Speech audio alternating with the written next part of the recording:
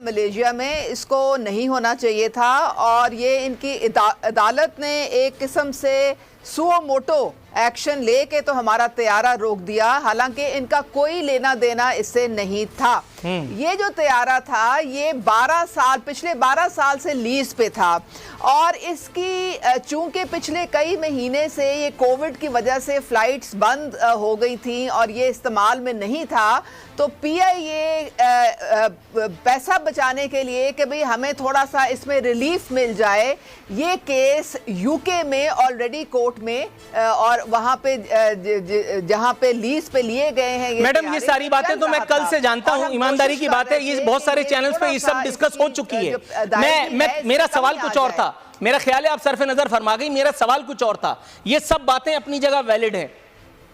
एक ऐसा मुल्क जो एटमी कुव्वत हो, एक ऐसा मुल्क जिसके पास सुल्तान सलाहुद्दीन अयूबी सानी जैसा वजीर आजम हो, एक ऐसी सादिक और अमीन क़यादत जो चोरों और डाकुओं को हटा करके यकीनन बरसर इख्तिदार आई है, उसके होते हुए इतना बड़ा कांड हो गया और मेरे मसीहा के मुंह से एक जुमला नहीं निकला, एक बयान हुकूमत का सामने कोई नहीं आया। वजीर हवाबाजी का नाम मत लीजिएगा, उनका खुदकुश हमला पीआईए आज तक भुगत रही है। ये उन्हीं का कांड है, उन्हीं का रचाया हुआ काम है कि जो पीआईए अब तक आखिरी सांसें ले रही है।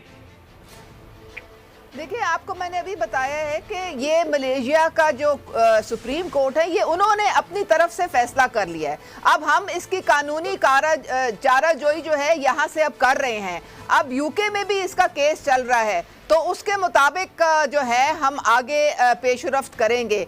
मेरे ख्याल में ये ज्यादती है, इसको ऐसे नहीं होना चाहिए था जब तक कि ये मलेशिया का तो इससे ताल्लुक नहीं है। अगर हमने लीज पे 777 लिया, हमने मलेशिया से तो नहीं लिया। मैडम थोड़ा सा तवक्कुफ कीजिएगा, मेरा सवाल मेरा ख्याल है बहुत ऊपर से जा रहा है, थोड़ा सा तवक्कुफ कीजिएगा। आपकी पोजीशन में समझ सकता हूं, लेकिन मेरी मजबूरी भी जरा ख्याल कीजिए।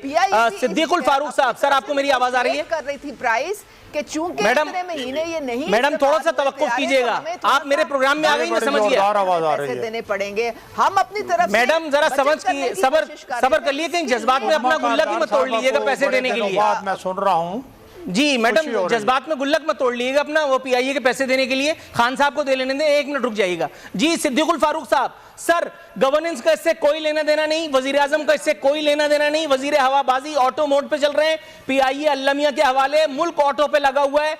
उज़मा कारदार साहिबा को मेरा सवाल ही समझ में नहीं आया 2 मरतबा के बावजूद। सर अगर आप समझ गए तो मुझे बताइए कि आपके दौर में भी एक काम हुआ था, नवाज शरीफ साहब का एक मुंह चढ़ा, एक जर्मन नजाद सीईओ, पीआईए का तैयारा, यहां लोग किसी को साइकिल नहीं देते मुफ्त में, वो पीआईए का तैयारा ले गया था। सर ये काम तो बहुत पुराना है, एफआईआर तो आपके खिलाफ भी लॉन्च हो चुकी।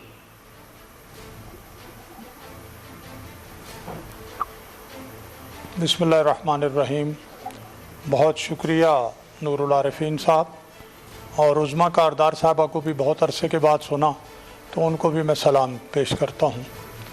पहली बात तो ये है कि पीआईए का तैयारा, और जैसे आपने कहा कि पीआईए की कमर वज़ीर हवाबाजी ने तोड़ी, मुल्क की मईशत की कमर इमरान खान ने तोड़ी, मुल्क की इंतज़ामिया की कमर इमरान खान ने तोड़ी, एहतसाब की कमर सदारती आर्डीनेंस लाकर इमरान खान ने तोड़ी, खैबर पख्तूनख्वा में एहतसाब के निज़ाम पे 1 अरब रुपया कौम का लगा के उस सब को लपेट के वो ये दावा कि मैं 90 दिनों में सारे बड़े मगरमच्छ पकड़ लूँगा केपीके से, वहाँ एहतसाब की कमर तोड़ी।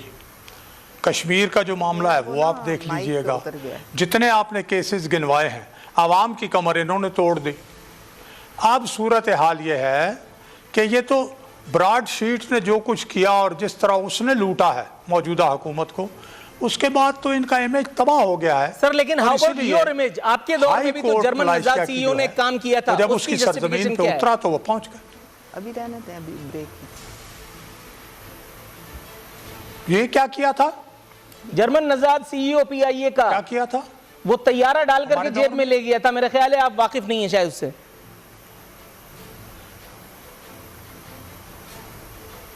नहीं, मुझे इस वक्त याद नहीं है, ईमानदारी की बात यह है। लेकिन मैं आपसे ये अर्ज करूंगा कि ये मामला इस वक्त बहुत सामने है।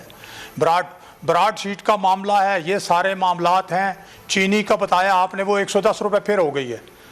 आटे सर, का अभी हाल आते देख हैं, बस लीजिए चीनी वो पर क्या हो आते हैं रहा है। इंशाल्लाह ताला। थोड़ी सी सब्सक्राइब करें और बेल दबाएं ताकि कोई खबर रह न जाए।